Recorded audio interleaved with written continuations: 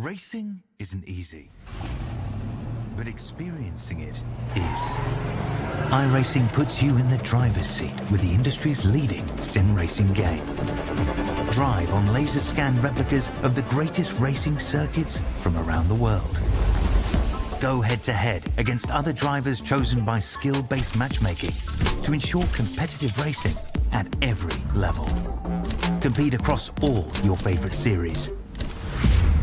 In officially licensed cars, engineered to deliver the most accurate driving experience possible.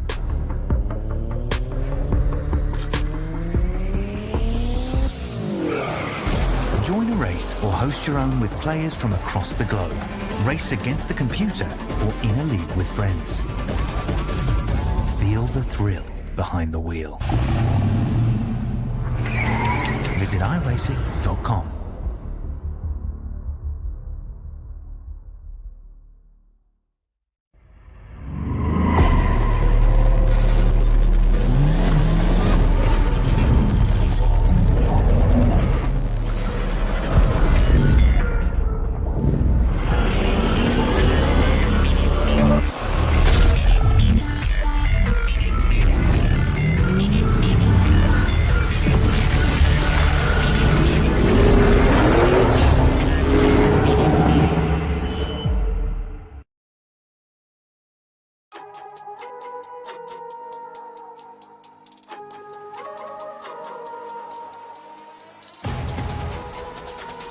I've been patiently waiting, and we're gonna take it like that. You can stop what we make it. We're gonna move right down, and then we rise again. Like Venus from the sun.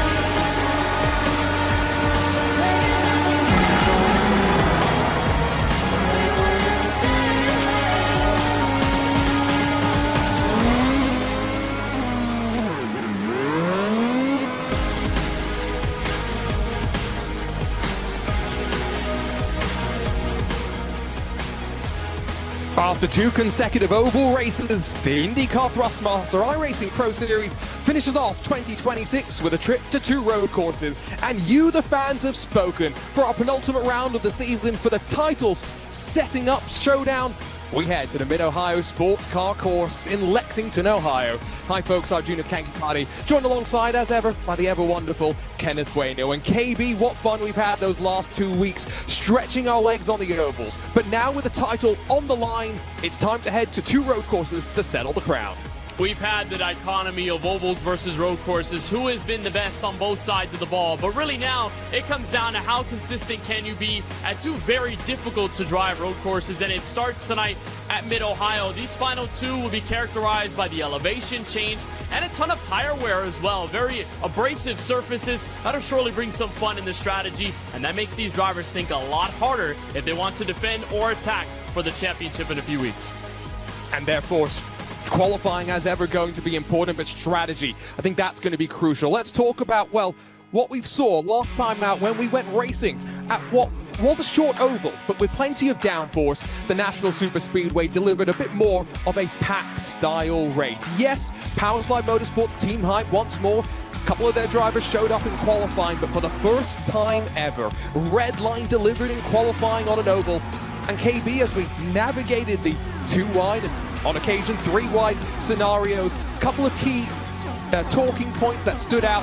Restarts were a trouble, and the deeper we went into the race, the hungrier our drivers got. Yeah, we had a lot of those single file restarts, and a lot of it was described by chaos at the back, drivers ending up getting checked up, but this was what it was all about. Pack style racing at over 190, 200 miles an hour. And then we had a bit of strategy midway through. Kwame Scott with probably the best save of the season, entering pit road without getting a penalty, but Redline showed up for sure. Arjuna, they put themselves in the front, and even though this race was basically full of all this close pack racing, and yes, the contact occasionally, and yes, the occasional bump on the restart, it was really the matter of putting yourself in the right place at the right time and hoping that the chaos would open itself up right before you get there.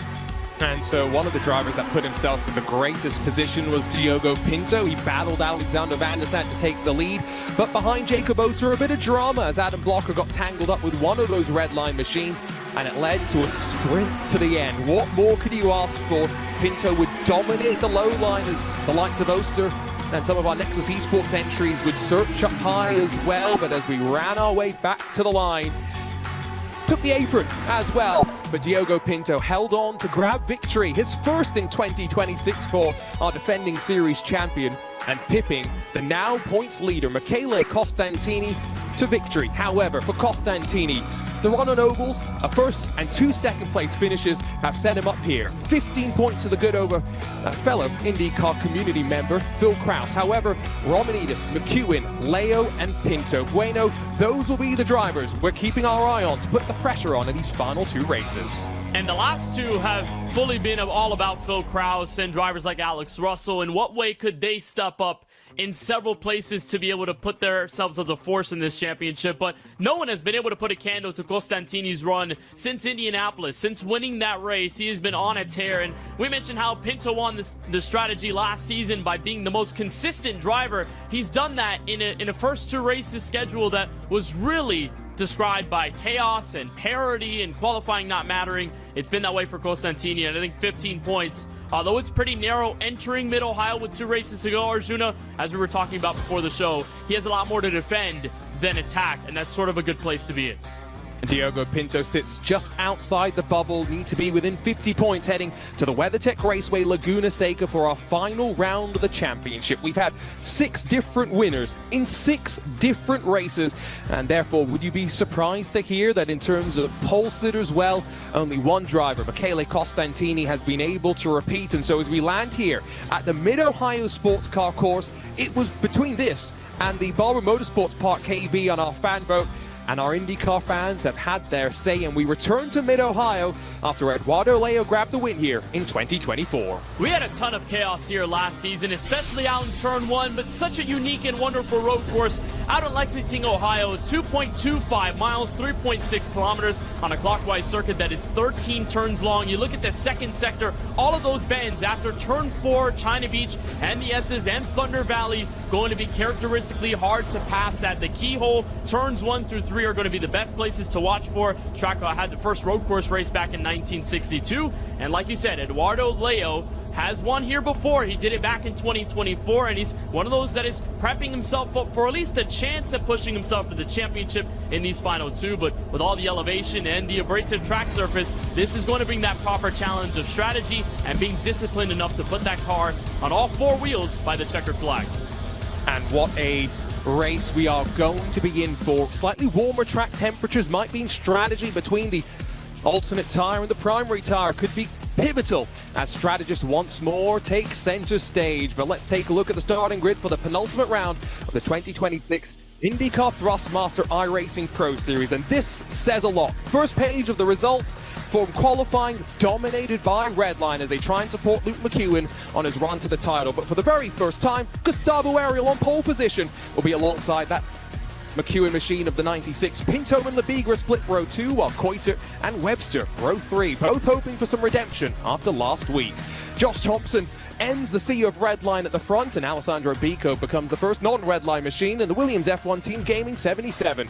Vasilios Speliotis, his best qualifying effort of the season split row 5 with points leader Michele Costantini, while Dan Amor and Michael Romanidis will share row 6. We are talking fine margins through the field. 0.2 of a second down to Jaden Munoz, winner of course on the streets of Portland earlier this season. He's alongside of Peter Berryman, someone that's had a, well, unfortunate championship to say the least. Phil Kraus has got some work to do, but we know he can carve his way through on the road courses. Nicholas Matteo to his outside and 16th spot, while Sota Muto, the second of the Williams F1 Team Gaming machines, has David Toth, the Hungarian, to split row number 9. Bookending the top 20, make our way down to Ricardo Rico, and that other red line machine, Eduardo Leo, loses a couple of tenths in qualifying, and it puts him down 10 rows on the starting grid. Esteban Rodriguez and Tamas Shimon behind 21st and 22nd. Alex Betts will be frustrated with that qualifying effort all the way down in 23rd. He's alongside of Jacob Oster in that team hype and Powerslide Motorsports entry. Rob Malechka, Pablo Espez behind 24th 5th and 26th, while Kwame Scott and Adam Blocker split 27th and 28th respectively. Balint Parla, Alexander Van der Sant as we get towards the tail end of those with times on the board. A little bit further adrift of their competitors. And just at the tail end, Alex Russell, Elliot Veyron, and Matteo Kenzer. 3 cars with no times on the board. We roll behind the pace car, and KB, a chance for us to talk about Thrustmaster race analysis. This race 40 laps in length, and we're not entirely sure what to expect from strategy. We're not sure what to expect from the tire game, because at plenty of the other road courses we've seen this season, there has been a difference, a delta, an advantage to the red alternate tires versus the white wall, the primary tires. But it doesn't seem to be that big of a difference here tonight at Mid-Ohio, and it looks like for the case of the 40 laps we have here tonight and the 90 miles that we'll square off with, drivers are going to be searching for that exact halfway point, 20 laps. So whether you're on the reds or on the main white wall tires, it's going to be about nursing your car all the way to that halfway point at least before inevitably thinking about pit road. Remember, push to pass is in effect. You have to use both tire compounds. So after 2 weeks on the ovals, got to refresh ourselves back to the road course school and what these drivers have to do. And that's a graphic that shows you what it's like right now. Primary tires will give you the long-term advantage, although it will not have short-term speed. The alternates will have that short-term boost, but then will fall off much quicker. So top 7 on the primaries. Look at how many drivers are on the reds. Not many, Arjuna. So everyone's banking on that long-lasting tire for the start. Now, if you were to run in clean air by yourself, the theoretical fastest strategy, maybe not with these slightly warmer track temperatures and winds, but would be to start on the primary tire, run maybe 22 odd laps by yourself, and then switch to the alternates. It's only, though, about a second and a half, maybe faster than some of the other choices you have. We're not talking big gains, and traffic around a track as short and congested as this could end up being pivotal as we head into the penultimate round, the 2026 INDYCAR Thrustmaster iRacing Pro Series. It's redlining control here from Mid-Ohio as they look to support Luke McEwen on his charge to the title, and we get the green flag dropped at the Mid-Ohio Sports Car course, and instantly that Williams F1 Team gaming machine gets the pressure put on it from behind as we work our way up towards the keyhole at turn 2. Single file, as you'd expect, KB, between the teammates at the front, and they're all chopping and changing behind as we have a bit of front wing flying through the air at the keyhole. And that might have been one of the red line cars in the middle of this top 10, and you were watching Vasilios Pelletsiotis, the Blue Mercure car, just looking to the inside, trying to put himself in the top 10. Again, that's what you have to do, and a huge send, and he'll crash out. Sam Kuiter to the entry of China Beach, that's turn 4. Had the grip at the entry of the corner, Arjuna had the inside line, but it appeared he got there too late. The corner narrowed up, and the 2 cars collect each other, and Sam Kuiter going to be the first red line car, most likely out of the race on lap 1.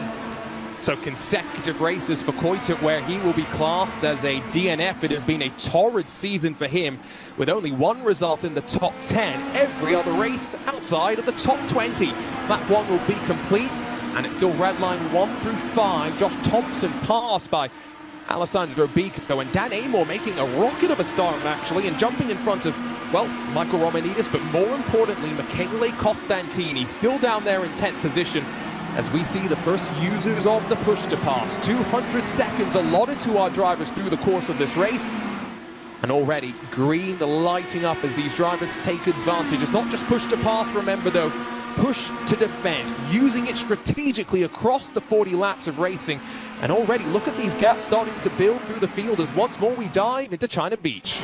And you know, we mentioned in several other series how tire set limits can play the strategy for the drivers and the teams, and thinking about when they have to slap on tires and what they may have to do. Push to pass is the very same way. You get an extra 50 to 60 horsepower, so you just literally press a button, the car adds on the extra power, and then you're on your way, trying to either defend or make it a pass on a racetrack like you're watching Dan Amor attempt to do here in this 3rd sector through Thunder Valley and moving to turn 12 and turn 13. But again, you have to sparingly use it. And here in Mid-Ohio, there's a more predictable way of using it, because you watch this main straightaway, you go into turn 1, this left-hander that kind of rises up a little bit. You reach a soft press before coming down to that little ditch there off of turn 1. Right here, these long straightaways, then off the keyhole, entering turns 3 and 4. That's where you're going to see a lot of that push to pass be implemented over the course of the race.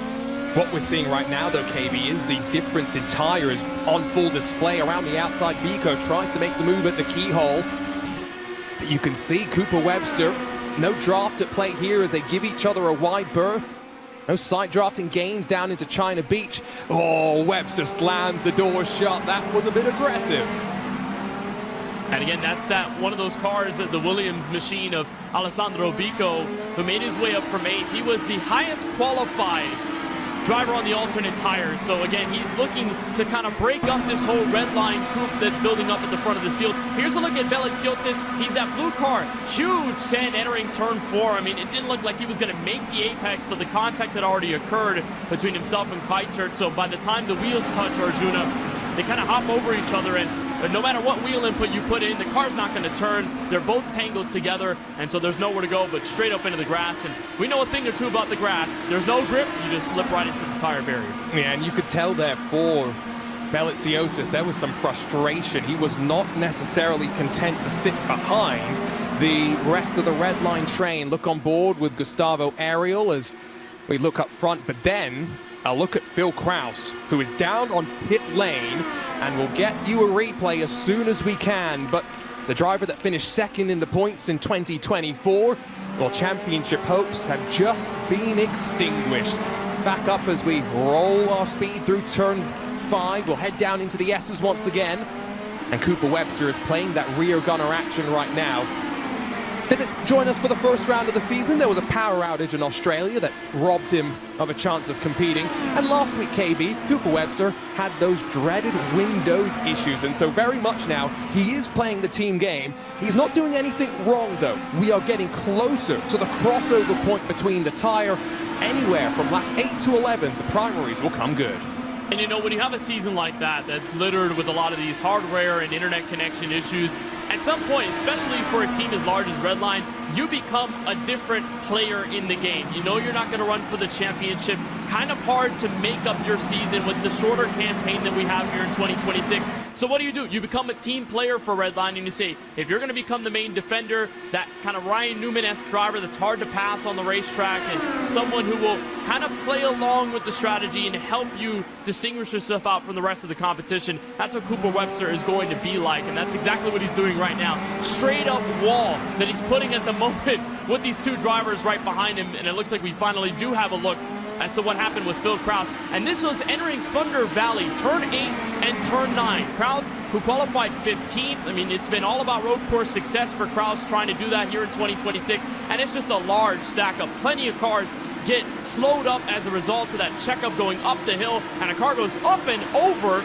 into the gravel, a huge piece of contact, and that's lap 1, by the way, so Kraus already down pit road and out of it. Yeah, so Adam Blocker was the car that went aerial, but it was Sheza Esports. I couldn't quite figure out which entry it was, but David Toth, I think, got tangled up. He's been down to pit lane. Live points on the right side of your screen. Based on qualifying, we did kind of think it would end up being between Costantini and McEwen, and it's now 14 between the two of them. Costantini in 13th right now, has lost 3 positions from the start of this race. However, as we were talking about before we went on air, KB, for Costantini, as long as he finishes inside the top 10 in the next 2 races, he has got a very good chance of forcing McEwen to win the next 2 races in order to rip the championship away from him. Yeah, he needs 2 home runs for McEwen in order to collectively make this a proper championship fight. You need to look at a driver like Romanidis as well. The best road course finish on average of everyone in this field at 7.2. Costantini, though, is not too far behind at about 9. So you look at what Romanidis has been able to do on the road courses, and you think 3rd in points, chance to win this championship. And then you look back in the mirror to the last 2 oval starts, top 12 finishes, where the qualifying effort had not been there for the Drago Racing entry. It was a lot harder for him to pick his way up through the field. He, like McEwen, also has to have a miraculous 2 races, including tonight, in order to put himself in that position. And that's where Costantini sits most comfortably. He did a lot of that hard work on the ovals, Arjuna, and has leveled out his playing field midway through the season, and it's allowed him to have a bit more of a relaxation and gap. Wins at Indy, 2nd at Phoenix and Nashville. That's what set up Costantini in this great position. Average oval finish 1.67. Look on the bottom. Ride with Adam Blocker. Oh, runs into Jacob Oster first, and then from there, I think the left front already has taken some damage. And, well, the Indy Next race engineer for Chip Ganassi Racing, his season in the real world gets underway in about 13 days' time. Well, he's still got our season finale next week to try and put up a decent showing to close out this 2026 season as we recapture the fight for 5th position. Webster now 1.7 seconds off of Florian Lebigre, but maybe more crucially, it's about 3.5 seconds at the end of lap number 8 to Gustavo Ariel at the front of this queue. And remember what I'd said slightly earlier? Onto lap 8, by the way, end of lap 7. Crossover point between primary and alternate tire, anywhere from lap 8 to 11. So keep an eye out here now for the likes of Bico, Amor to slip back, and for Costantini to maybe start making his way forward. And next up in the queue will be Nicholas Matteo in what could be a crucial move, dispatching of that white and red Drago Racing entry. And that will be a huge win for Cooper Webster, who has pretty much been that defensive stance right in front of Bico and Dan Amor, because when that crossover point hits, I mean, that speed's not going to be there anymore. And to compensate for that, you look for the push to pass button, but as soon as you take your eyes off of the main straightaways and all these corners and you look towards that button, well, that car's still in front of you and the grip is not there anymore in the middle of the corner. So you have a feeling to look at where your options lie. And so just to push it to lap 8 is enough defensively for Webster to kind of lean his shoulders back a little bit, let his teammates take control of the front. And for Michele Costantini, I mean, he's dropped 3, but that's the discipline you have to have in this style of racing. When you say push to pass, you save your tires, you wait for a moment like this. Costantini has trusted his speed all season long, and it's given him great results ever since he won at Indianapolis.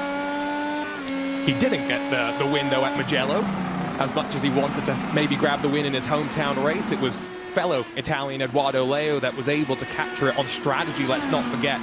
Very similar to what we're seeing now when there's 2 calls, some starting on the primary, some on the alternate. It was Redline that chose correctly in the end, started on the alternates. Leo stormed to the lead and never really looked back.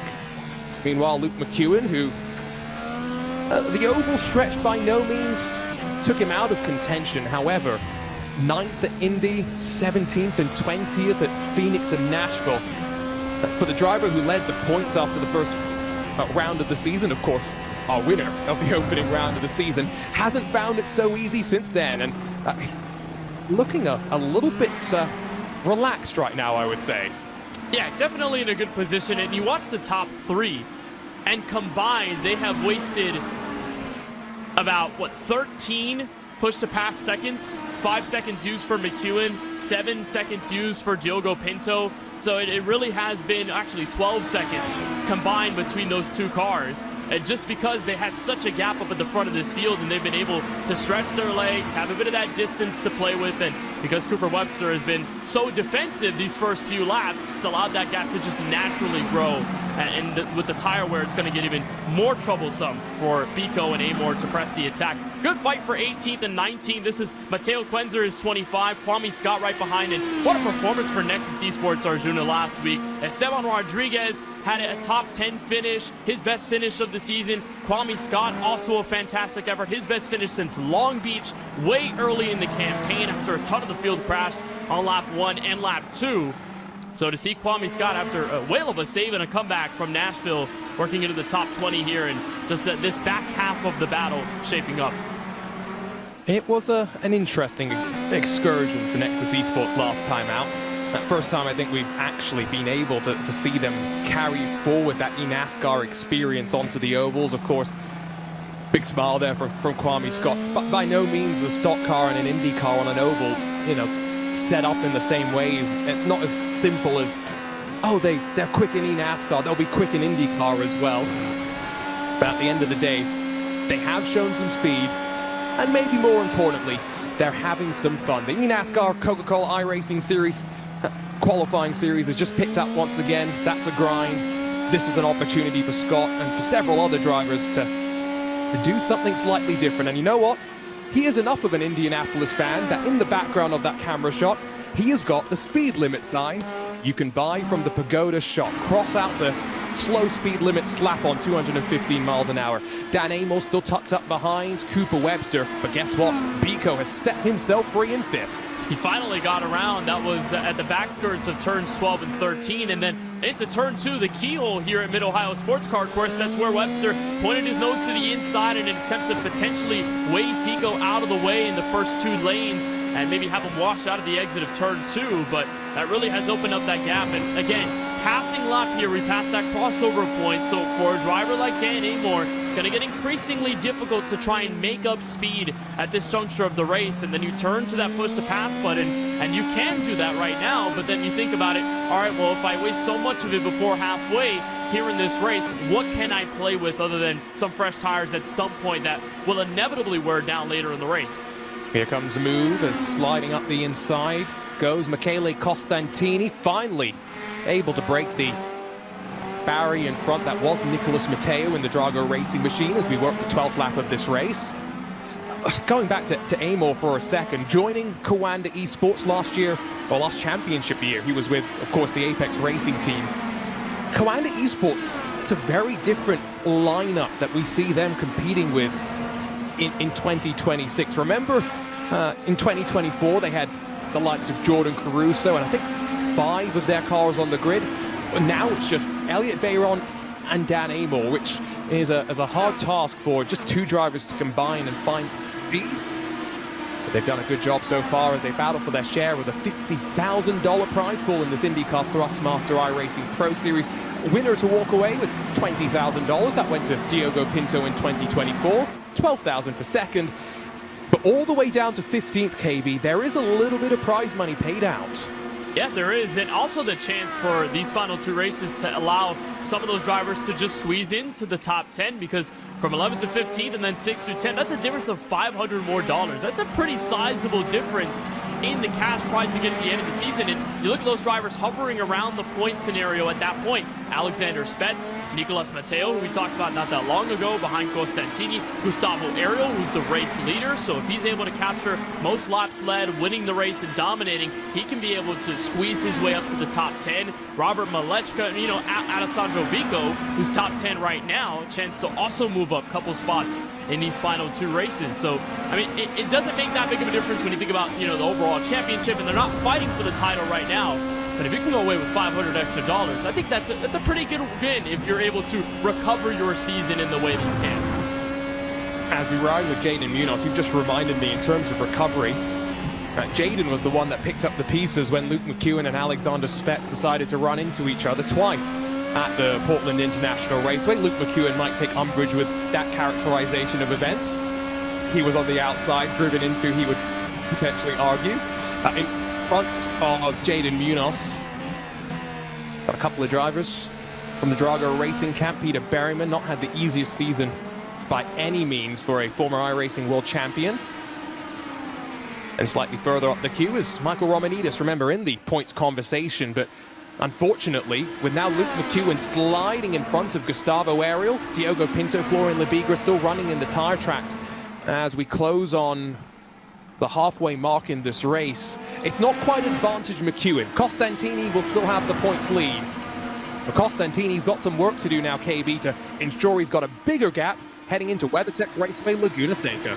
Well, if you're Luke McEwen, like we said, you have to hit a home run, a grand slam in these last 2 races, and if you can do that tonight here at Mid-Ohio, that's the most you can do. This is the replay that was off of turn 2, the keyhole, and then right on the push to pass button, using all of that extra horsepower, 50 to 60 horsepower, to move on by his teammate Gustavo Ariel, and then slide on to the inside at entry turn 4, right as you get to China Beach, which really, the second sector of Mid-Ohio, that's the hardest place to pass at because of all this narrowness and a lack of runoff. And look at how much that did for his championship fight. That's what you have to do. Even if Costantini still has the upper hedge and the high ground right now, McEwen has to do literally whatever is possible to go out and win these races, and now he's within single digits given that pass for the lead. So it works out right now, 5 laps before halfway. And I think Costantini now thinking, right, if I get a top 10, that's solid points on the board. Anything more than that, and I've made life a lot harder for McEwen. However, as we watch Michele, car off into the grass in front of him, a little bit nervy there for other championship contender Michael Romanidis, who gets passed by Jaden Munoz as a result of that. Dan Amor blinks at the end of lap 15. That is as early as I think you can dare to pick. He has decided that 25 laps on those prime tires, maybe a bit of clean air, KB, is what his Coanda esports machine needs on the run to the checkered flag.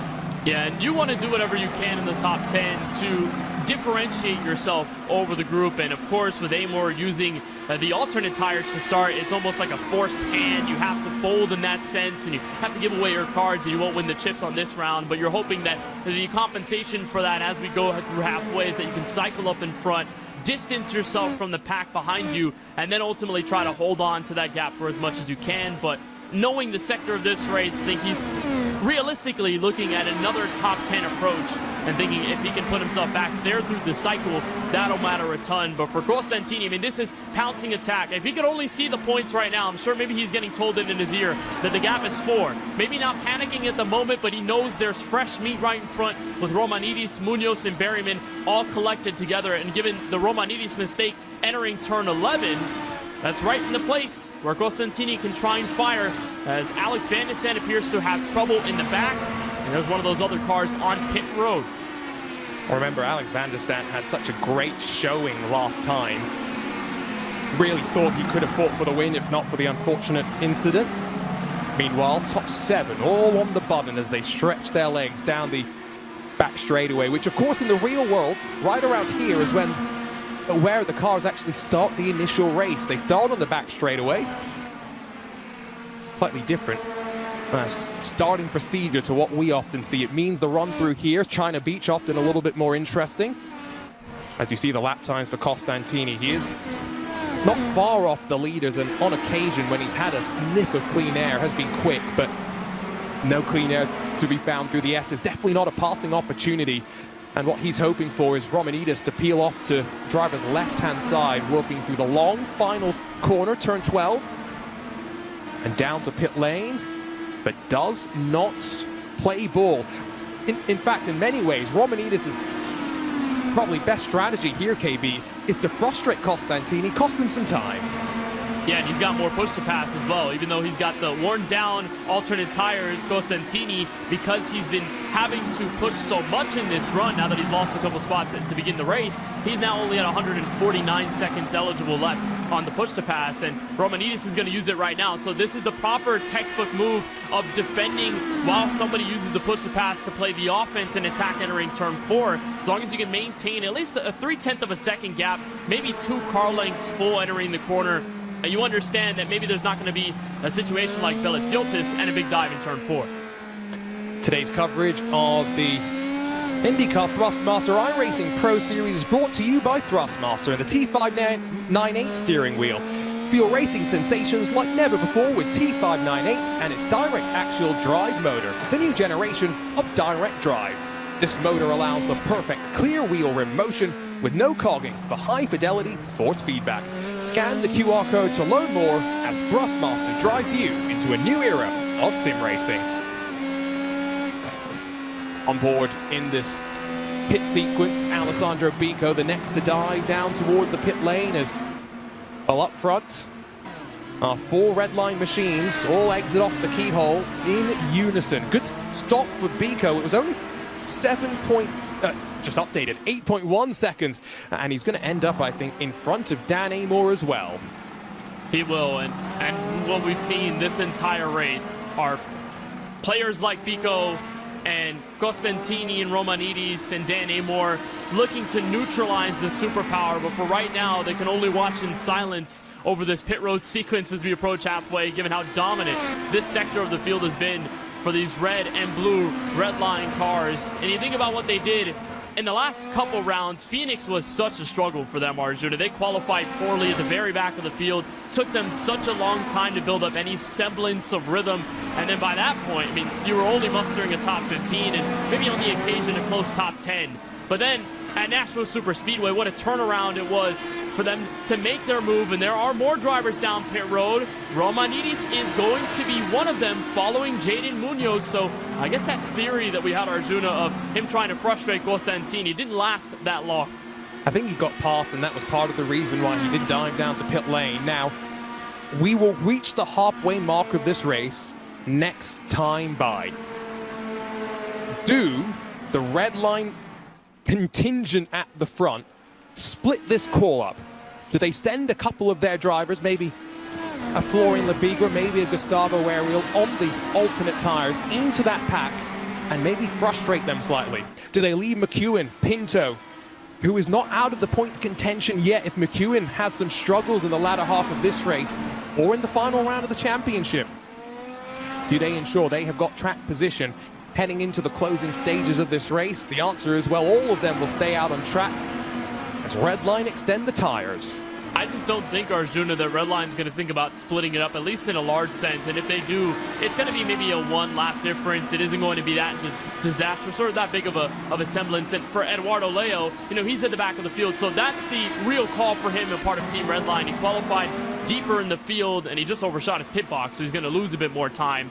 But yeah, he's going to come down. I just don't think anyone from up front in this main Redline group is going to come down separately, because they've already built up such a large gap in front of the rest of the field. I think they can trust each other that if they do come down pit road, at least within a lap or two of each other, and come mostly together, they will cycle out nicely, and whatever opposing forces will be around them, I think they can overwhelm the opposition with just the sheer numbers they have up at the front.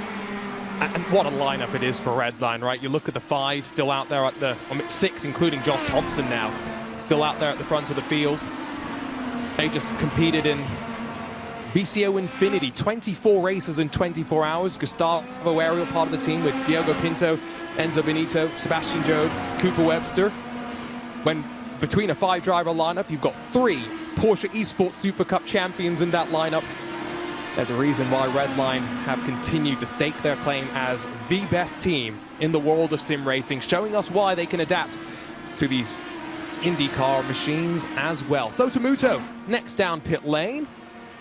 Remember, Dan Amor came in at the end of lap 15, so theoretically, KB, we could see Redline go another 3 laps or so and then decide to throw the alternates on. Their lap times are pretty good. McEwen just put in his fastest lap of the race last time at the line.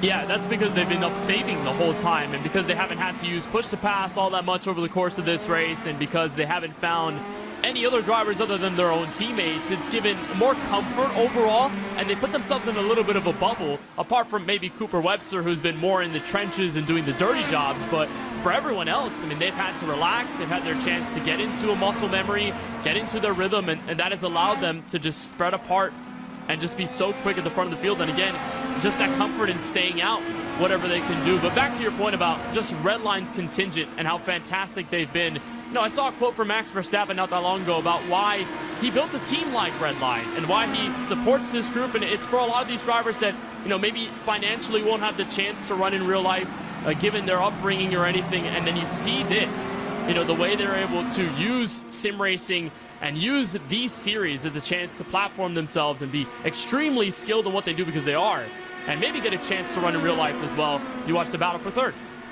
Well, remember that Chris Lullen, part of the Redline crew, not only won the Spa 24 in the real world last year, the GT World Challenge Europe Championship in class as well, he's just won the Asian Le Mans Championship.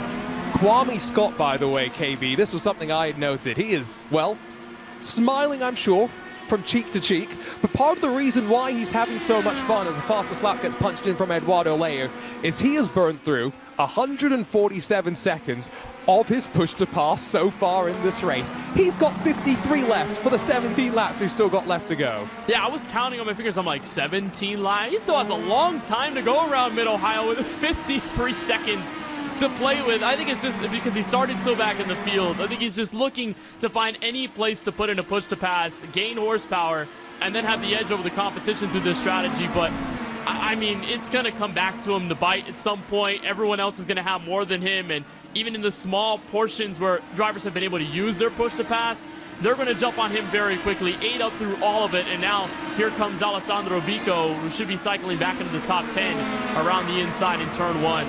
I don't know if I've ever seen the push to pass get eaten up like that so much a little bit after halfway, but I mean, leave it to Kwame Scott to put it all out there and try that strategy. Hey, he was about as hungry as I was for push to pass, as I was for dinner after getting off an 8-hour flight, so I don't blame him. For more information on this series, log on to iRacing.com/INDYCAR-esports. One more round to go. Maybe go look at that rulebook and figure out how these drivers qualified into this series. Might see you in 2027 as well. Yeah, Kwame Scott, that is the Arjuna style of push-to-pass approach, that is for sure. What is rationing? Not so sure about that. He's fighting with Jacob Oster, who's just dived down to pit lane, and so I think we are in this one-lap window now. On to the 25th lap of this stint on primary tires for Redline. A bit of traffic at the front, but it's not much. The fact that McEwen is starting to use the push-to-pass with a bit more freedom indicates to me that they're in hammer mode right now, or Supermax mode is maybe more appropriate. And down to pit lane, 15 laps on the alternate is what they're looking to do. And we're looking at 10 cars that have still yet to come down pit road. Biko's that first one that's trying to cycle. He got past Dan Amor, you know, drivers like Ferryman, Munoz, Sormanidis, a lot of the folk that came down pit road. That's where Biko's looking to attempt to attack and make that. But with all that push to pass that they're using right now, again, it goes back to using the gap to your advantage and just doing what you can whenever you have to come down pit road. I think Arjuna, they're looking for the edge of that window on the alternate tires. If they can make it with 11 laps to go and then pit on the alternates, they can save as much as possible and just be good to the end.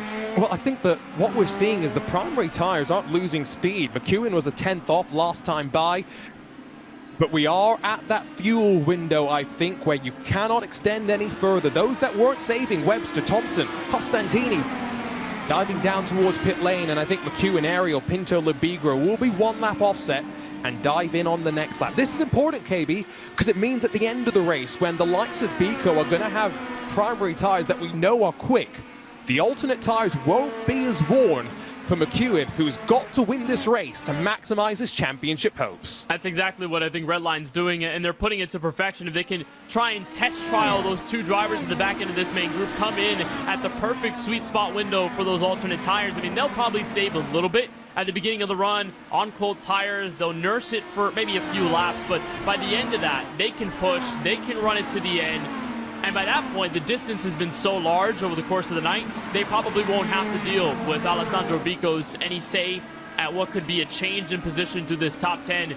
But I will tell you that at this point, and this is where they're going to do it, with 14 laps to go, just 3 laps after that crossover point for the alternate tires. And what's really going to be curious is where this entire thing cycles out, because Cooper Webster had already come in. How far does he cycle through if he has a chance? And here come some others.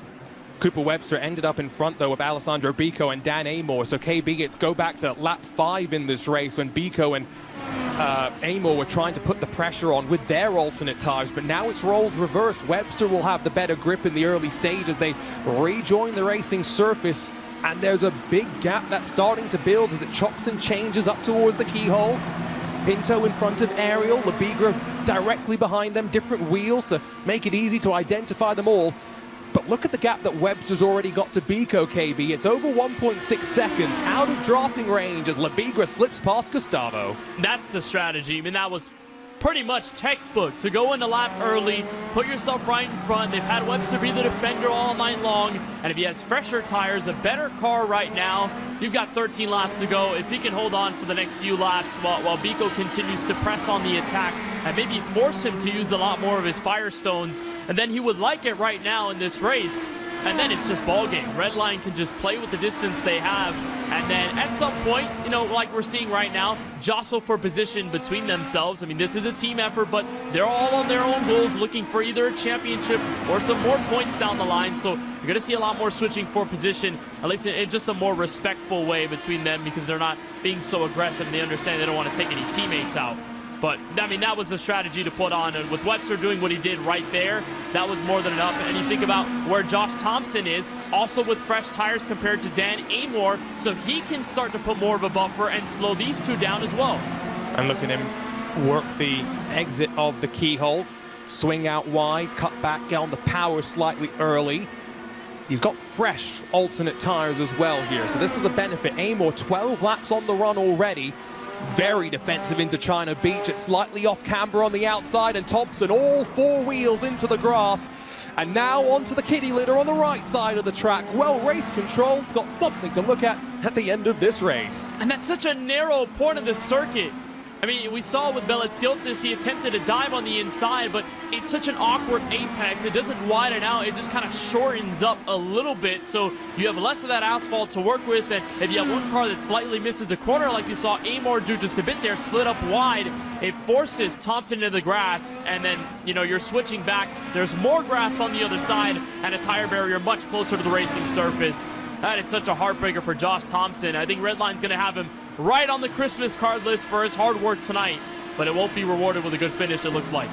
Fastest lap for Luke McEwen is almost 2 seconds quicker than what we're seeing from most of the primary tire runners right now. A 107.177 versus right around a 109 for most of the field. Let's take a look at some of the action on the bottom, and I think this will be a great look at, well, Josh Thompson trying to make this move. He's going to be pushed out wide. Amor definitely does not leave him any room, and then it's reminiscent of one of the IndyCar starts about 3 or 4 years ago when Santino Ferrucci almost drove into half of the field.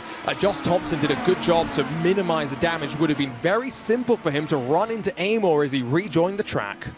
You know, you and I, our minds just went 2 different places, because what I thought was kind of the equivalent of Team Canada in curling, just using their finger to nudge the stone. That kind of almost looked like what Dan Amor had done. I mean, he did miss the corner entry because he's on the inside and he has to narrow up and shallow up his entry, but he just slowly slipped up, kind of nudged Thompson a little bit outside, and I mean, that's where the grass comes up. It's such a difficult point to make a pass. You have to be well in front of the car, either the inside or the outside, to properly get around the car and clear yourself through China Beach, because that's been the talking point all race long. You really don't want to be making passes or side-by-side right here, and this gives you a proper look. That's that shallow entry in turn 4. You go through 5 on the inside. You go down the hill through 6, 7, 8, and then you go to Thunder Valley at the exit of turn 9. Look how narrow that is. Look how fast this corner is going up the crest of the hill with rear tire spin. Last thing you want to do is be side-by-side, and reminds me back to the Portland days.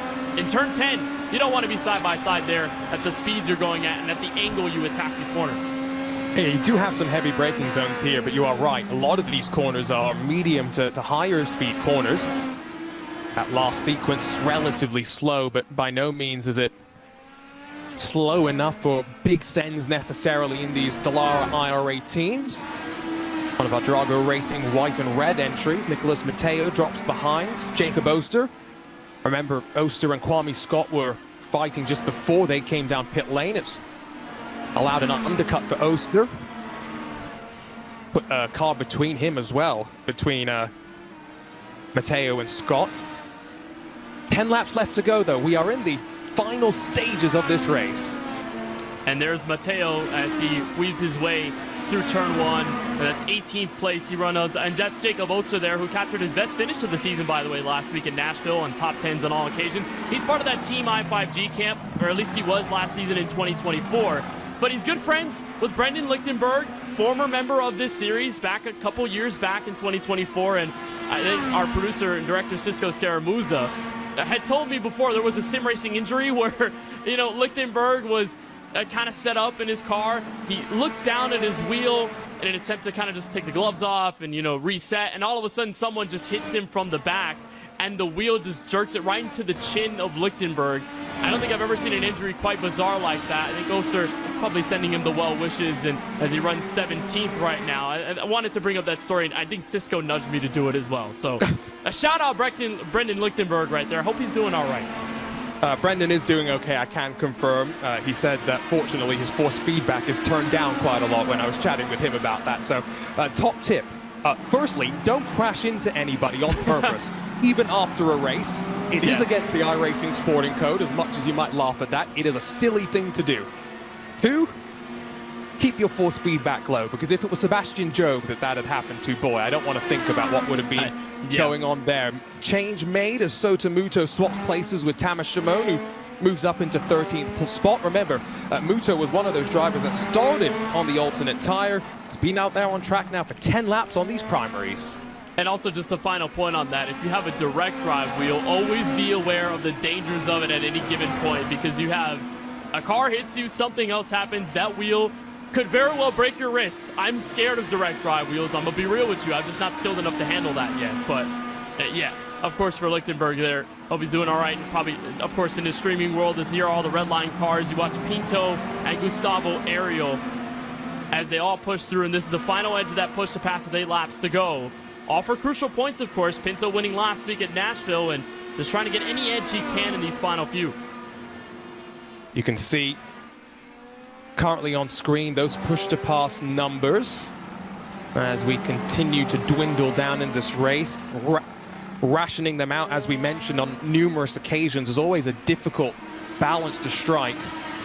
When we used to have lots of regular Monday night, just regular iRacing official races, coverage of that on RaceSpot TV, we used to call the go out there and burn your push to pass approach the Yao Baz strategy, because he used it to great effect. And then on the other side of that, you would have Adam Blocker, who would save all the push to pass to the end of the race, and sometimes not even use it all up.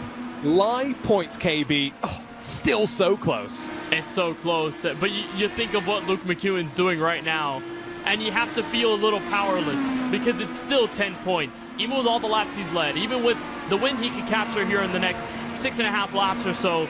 Michele Costantini is just performing well enough, and that is such a great position to be in, because you put a little less pressure on yourself, and you can trust your car, you trust your instincts, and knowing Costantini's skill alone, he did all the hard work and really powered through all those ovals where plenty of other teams have struggled, and a lot of their sore points came at that area of the schedule. Costantini rose up to the challenge, wanted Indianapolis, and the last 2 weeks handled his business.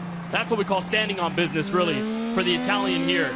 And 7th place, and as long as he can keep it clean, that's really where you want to be, where an average position is just good enough for a title. It's been an interesting couple of years for Michele. I distinctly remember the 2022 iRacing Indy 500. It was the first iRacing Indy 500 that I was commentating as the play-by-play, but I was also producing KB. And when we had the race to the end, Brandon Traino versus Costantini, as Costantini continues to pick up the pace. But I remember seeing the look of disappointment, the look of heartbreak on Michele's face when he crossed the line to finish 2nd. He is a driver who has put so much passion into this INDYCAR over the years, and while yes, he's raced with the likes of Coanda Esports, the likes of the Apex Racing team, and most recently Scuderia Ferrari HP Esports team, this is what he loves. And that win that he got at Indy, I cannot tell you how much it meant to him. It probably meant even more than winning the championship would at the end of the year, because that's how special a place Indianapolis is. And his face showed it all on that final lap and the drag race to the line. And you always think with the way these Indy cars handle on iRacing, you can never quite predict what it's going to go like, what that sequence is going to be like. To have your nose ahead first at the line, to see his, bit of a mix of relief that he got there first, but also the excitement, the elation, and how he's enjoyed this season. The hard work that he's put in to master the oval side of things, the hard work he's put in to be balanced on both sides, and has always been a threat on both ends, but he's refined both on the skill level, and it's really rewarded him with a fantastic season, especially after the first 2 didn't go his way in Portland and Long Beach.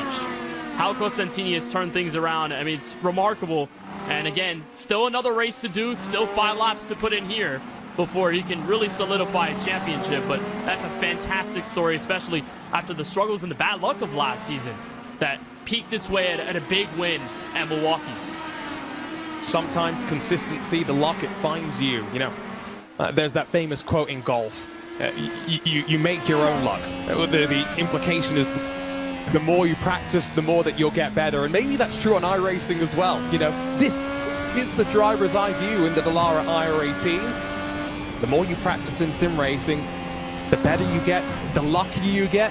Never been a better time to jump behind the wheel. Start your iRacing career today by logging on to iRacing.com, where new memberships are 40% off. And boy, do I have to say, this is one of my favorite views in all of iRacing. There are some replica steering wheels coming out that will put that wheel in front of you, in your hands, in your sim ring at home. Feel the true connection of sim racing and the INDYCAR. And why is that so important, KB? As much as we're here talking about serious sim racing, something else coming out this year. The NTT INDYCAR Series game in partnership with iRacing Studios. Very excited to hear more about that. That's going to be super cool. And with the way that iRacing has collaborated with the NTT INDYCAR Series on refining the details of this IR18, and over the last few updates, you know, I've seen the reception from the drivers on the sim base, and they love it. They love the way this car drives. They love the challenge that it brings. They love that refinement that really makes the IndyCar series so great in the real world, is how those drivers can wrestle these cars and how unique they are in their setups, how unique they are in the way they drive and downforce, and how they're able to do both street, road, and oval courses as well.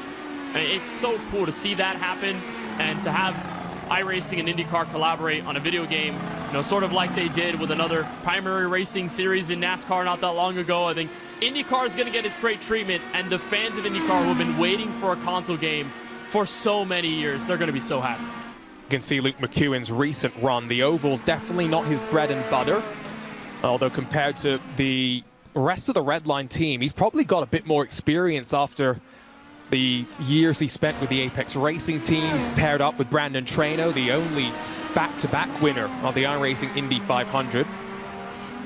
And of course as well, but with Peter Berryman, another staple and fixture of those iRacing Indy 500s. Another game coming out, by the way, that KB and myself are very excited about. Release date officially confirmed for iRacing Arcade, releasing 3rd of March on Steam, coming to consoles later this year. I can tell you what, the 8-hour flight I've got back from Germany to the US this weekend, iRacing Arcade would have been just about perfect for that. 2 laps left to go, though. Luke McEwen in control as he carves up to some traffic. 2.8 seconds, the gap back to Diogo Pinto. Costantini's hit a bit of stall now behind Biko. Looks like 7th might be the best that he will get. So let's check in with a fight between Jacob Oster and Kwame Scott. 17th and 18th positions respectively, KB. Remember, Kwame burned so much of his push to pass in the early stages of the race. But the difference between these two isn't that large. It's only 7 seconds to the advantage of Jacob Oster. So if Kwame Scott can hold on just for a little longer, and if he's naturally faster on the racetrack, this is a closer battle than you may think if you just look at push-to-pass numbers. And Scott has been hounding on Oster's rear wing for a little while now. Only takes 1 bobble, especially in that second sector off of turn 4, where a slide, you know, a missed apex could make that difference. And with all those corners so closely congested to each other, you miss one, you're going to miss half of them. And that's going to really hurt your lap. So Kwame Scott, I mean, he's laser focused. He was smiling earlier on tonight. I think he's fully locked in at this point to get 17. Smile after the checkered flag, potentially, depending on the result, as Luke McEwen starts the final just under 2-mile trip around this Mid-Ohio sports car course. And Michele Costantini was the first driver to get 2 pole positions this year, and it set him up to grab the championship lead. Luke McEwen looks set to grab 2 wins this year, the first driver to do so, KB, and it will set him up as our one of our championship contenders in a week's time. And just a great drive. Again, this is what you have to do. And when your back's against the wall, you got to rise up to the challenge. And McEwen did that. It was a fantastic pass on Pinto. And now just a few more corners for McEwen to wrap up his 2nd win of the season.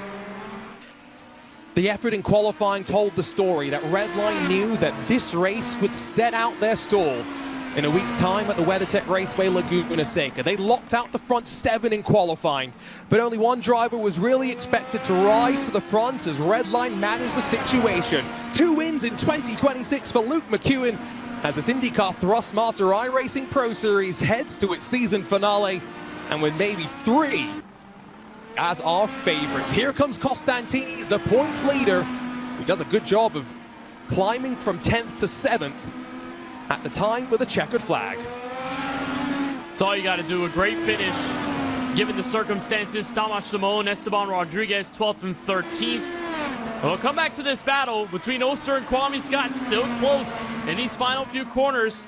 12 and 13 coming up. Could be a dive here from Scott, but it will not be enough. Jacob Oster holds on to 17th. And a great fight between those two, back and forth mentally. But back to that point for Michele Costantini and Luke McEwen. It's going to be fun at Laguna Seca. That is the real test. I mean, you told this track was very tough. Laguna Seca may just be even tougher, and a perfect place for a finale between 2 of the titans in our series this year.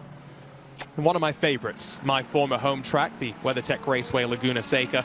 It's one in the iRacing INDYCAR series that often comes down to fuel saving. Next week's race, not expecting that to be the case. I think a sprint to the end between maybe Michael Romanidis, but definitely Costantini, and this week's winner, the first to return to victory lane after winning on the streets of Long Beach. Luke McEwen does it again at Mid-Ohio. He leads Redline to the line. Pinto, Labigra, Ariel and Webbs to the top 5, with Alessandro Bico breaking up the monotony. Michele Costantini does what he needs to in the championship fight, in front of the likes of Dan Amor, Peter Berryman, a couple of the drivers starting on the alternate compound of tyre, and then down in 10th place, Jaden Munoz. Marco Romanidis, not the easiest of days for him in 11th. Esteban Rodriguez climbs up 9 positions, as does Tamas Simone, to 12th and 13th respectively, while for Eduardo Leo, no luck on the day. Behind him, Matteo Kenzer, 16 positions to the good, in front of Jacob Oster, Kwame Scott, Nicholas Mateo, who drops down to 19th, and Alex van der Sant, who rounds out your top 20. Alex Russell, still hoping that maybe a top 7 on the championship points is on the cards for him, finishes in front of the pair of Sheza Esports machines. Balint Parla split from David Toth by 1 lap. Rob Malechka also 1 lap down. Before you get into the DNFs, the likes of Phil Kraus, Josh Thompson, Ricardo Rico, Alexander Spetz, Adam Blocker, Sam Coiter, as well as Vasilius Belitsiotis, Pablo Espez, and Elliot Veyron. As ever, we will enjoy a good chat with our race winner and see what his mindset is like with just 1 race left to go and potentially the championship up for grabs. WeatherTech Raceway Laguna Seca, we know how much people will talk about the corkscrew. However, you ask me, it's the corner before that, the one that leads you up into the corkscrew that's more scary. We'll find out what it's got in store for us in a week's time. For now, KB's down in victory lane. Joined by a winner tonight, Luke McEwen, 2nd victory of the season. You're the only 2-time winner in 2026. You break up a different streak of winners. Luke, we saw that breath of exhale at the end when you crossed the line. How impactful was a win like this given your point situation entering the race?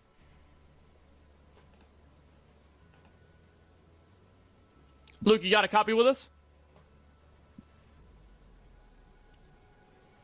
I'm hoping Luke is potentially muted here. Luke, you got a copy with us? All right, well, looks like we don't have Luke right now, but he's celebrating and just debriefing his moments right now in victory lane. But I think just taking it all in, Arjuna, on a very special win, 2nd of the season, but look how close that gets him to Michele Costantini. It's still double digits from coming into this race versus getting out of it, entering Laguna Seca, but for McEwen and his road course prowess, there is still very much a chance intact. Eduardo Leo is the first driver outside the bubble. Yes, with penalty points from race control still yet to be determined from this penultimate round of the championship, but you needed to be within 50 points or so, being realistic. Even 33 for Michael Romanidis is probably a bit too far away if you ask me. Santini, another good top 10 in the road course section of things, will probably get him that 1 step closer. Let's see if we can chat to his main rival, though. Luke McEwen, now with KB. All right, 2nd time's the charm, joined by winner Luke McEwen tonight. Luke, we saw that breath of relief as you crossed the start-finish line for the checkered. How impactful was tonight's win, given your point situation going into tonight's race? Yeah, I mean, I think it was kind of a must-win race for me to get back into the championship. Had a unfortunate crash in the last race, which put me quite far behind, but yeah, I think it was a must-win, and what a great job the team did. Honestly, it was unbelievable. After quali, when we locked out the top 7 places, yeah, amazing feeling, amazing job from everyone. You and your teammates sailed off from the front, and that was definitely no question, but the battle for the win was still very much there. Past halfway, you pass your teammate to get to the front, Gustavo Ariel, and you just leave him in the dust. You go for the win. What was that moment like when you made that pass off of turn 2 and just establishing your force at the front to hold on to the win? Yeah, I mean, it's always good to get into the lead. You get fresh air. You've got nothing in front of you. You can just really focus on your own race. Luckily, I managed the tires quite well in the first half of the stint, so I pulled a bit of a gap. But like everyone was so fast, I had to really be on my A game for that race. And good pit stop, I managed to pull a bit of a bigger gap, and then it was just really keeping the tires alive because it was so hot, the track. It was, yeah, really tough. Last time we were at Laguna Seca, you finished inside the top 10 with a 7th place effort, and of course 10 points behind Costantini going into the finale next week. What do you need to execute in order to be that champion at the very end and take it away from Costantini at the line? Yeah, I just need to do the best job possible, kind of like what we did here. Just give it my all, and I can't control what he does, so I just need to give it my all, really. Well, you gave it your all tonight, and it's a race victory, 2nd of the season, with 1 race to go to decide a champion. Luke, congratulations on the win tonight from Mid-Ohio, and best of luck in the finale next week at Laguna Seca. Should be fun. Thank you. Thank you. Luke McEwen in his number 96 gets the victory, 2nd of the year, and he's 10 points behind the man we're talking to right now, Michele Costantini, on a 7th place run. But Michele, given your performance on the ovals this season, the buffer was definitely there, and the finishes have definitely continued to show for another top 10 tonight. What did that feel like behind the wheel here at Mid-Ohio? Yeah, hello everyone. It was a pretty solid race. I think I made the right strategy call, considering where I started. Biko and Vasilios in front of me started on alternates, and Biko finished right ahead of me. But I was happy with taking the less risky strategy. You know, it's much less risky to start with a slower tire and let people by at the start and then catch them back at the end, rather than, you know, fighting people in front. And, you know, obviously I had to pass a lot of red lane cars as well, which would not have made it easy for me. So I just made the call to start on the primes, and turned out to be the right call for where I started. So yeah, as a result, it's pretty good, but we'll have to do better at Laguna to, you know, to end the top of the standings. Well, that's where I wanted to turn my attention to. Laguna Seca, final race of the season. Obviously a very difficult track, and one that Redline won last season. So what can you do mentally and obviously on the racetrack to be able to solidify the championship at the end? Just gonna perform, really. I mean, Luke is super fast, so just gonna try and give it everything this week in training and practicing to be as fast as possible. Gonna try to be up there, because I mean, I'm giving it for certain that he's gonna win next week, because as you said, it's quite a good track for Redline, as it showed in the past. So yeah, it's just gonna be about performing, being up there, doing the best as I can, and, you know, try to get as close to him as possible. And, you know, I mean, at the end of the day, even with a P2, it's very close at the end. It goes down to the bonus points, I think, if I finish P2 and he finishes P1. So just gonna perform, give it the best that I have for Laguna, and try to get the win. Well, it's going to be a scintillating championship fight. I'd say that for the least. Michele, congratulations on the top 10 finish tonight from Mid-Ohio, and looking forward to see you in the field in the finale next week. Thank you very much. Have a good day. Michele Costantini, top 10 finish, 7th on the racetrack. We're joined now by the Drago racing car of Michael Romanidis. And Michael, a top 11 finish here from Mid-Ohio, had to work through a lot of that strategy, and you came down pit road a little bit after being passed by Costantini. What was the big challenge there in that strategy with the primaries on the alternates, given the time difference? Yeah, I think both strategies were pretty tight. I think it came down to, well, it usually comes down to just how the start kind of goes, especially in the midfield. But we tried to go with a soft, just to do something a little bit different to Redline, as I don't think we had the pace at all in the race or in quality to challenge them, so we just had to try and do something different. And also Michele was starting on the hards, and we just wanted to be a bit more comfortable for the start, to have a bit more grip. But I think in the end it didn't really change the result too much. I personally made a little bit of a mistake. I could have finished 9th at most, which is where Peter finished, which I think is more or less, to be honest, the maximum that our car could do. Especially after quali, we were just lacking so much. So yeah, to be honest, a pretty decent performance. But relative to the other races, just the result is absolutely nowhere. So A little bit disappointing just seeing where we were coming into this race, and maybe, yeah, expectations were a bit too high, but we'll still keep fighting. We have one more race to go, and hopefully we can keep everyone who's behind still behind us, the Laguna. That's right. One more chance, still one more race to solidify a good finish at the end. What's that mindset now after Mid-Ohio? Is it be super aggressive? Does the mindset change and strategy change at all entering the final race? I don't know. I think now with one race to go, it's kind of, mathematical. Every point kind of matters, and just trying to keep the best position possible in the standings. I think more or less the mindset is going to be the same. We'll try and push in the week leading up to the race to try and find the best car possible, because clearly we still have a lot of work to do on these last two races. So yeah, we'll try and build a good car, come back a little bit faster, and try and win the race. That's always the goal. But yeah, pretty tough blow today. Should be fun, though, at Laguna Seca 1 week from tonight to close out the season. Michael, thank you so much for joining us, and best of luck at Laguna Seca next Thursday. Thank you very much. Well, what an interesting penultimate round of this championship, KB, and I really do agree with what Michele just said, which is that if Luke wins the next race, it is going to come down to bonus points. Difference between first and second in this championship at the end of a race is 10 points. What was our gap at the end of the championship standings when we last looked at them?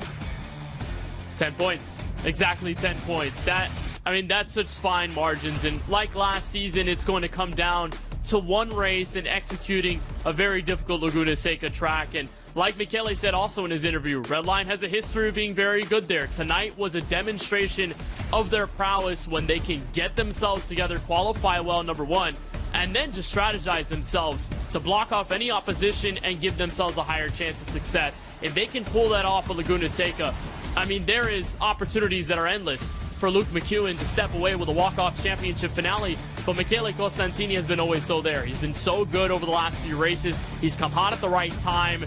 So it is going to come down to another classic, Arjuna. This IndyCar series is only, 2 seasons old, and we've had 2 fantastic championship fights in all of them. Couldn't have asked for a better one. And so you have the former FIA Formula 4 Esports Global Champion going up against Michele Costantini at the WeatherTech Raceway Laguna Seca. Head back to the Golden Coast and bathe our drivers in some, hopefully, glorious sunshine as we make our way to a historic track, an old school track, and one where mistakes will be punished. Same time, same place, iRacing Esports Network, INDYCAR's social channels. Join us next Thursday at 8 p.m. Eastern for our title showdown. But that's going to close it out from here, the Mid-Ohio Sports Car Course. And thank you to you, our fans, for helping us pick between the Barber Motorsports Park and the wonderful Mid-Ohio Sports Car Course. Redline rampant in qualifying, but Costantini does what he needs to. 2 very much fighting for the championship, heading out to next week's title showdown for our team at iRacing. Kenneth Bueno alongside myself, Arjuna Kanki-Party. Can't wait to see you there, where we'll crown our second INDYCAR Thrustmaster iRacing Pro Series champion.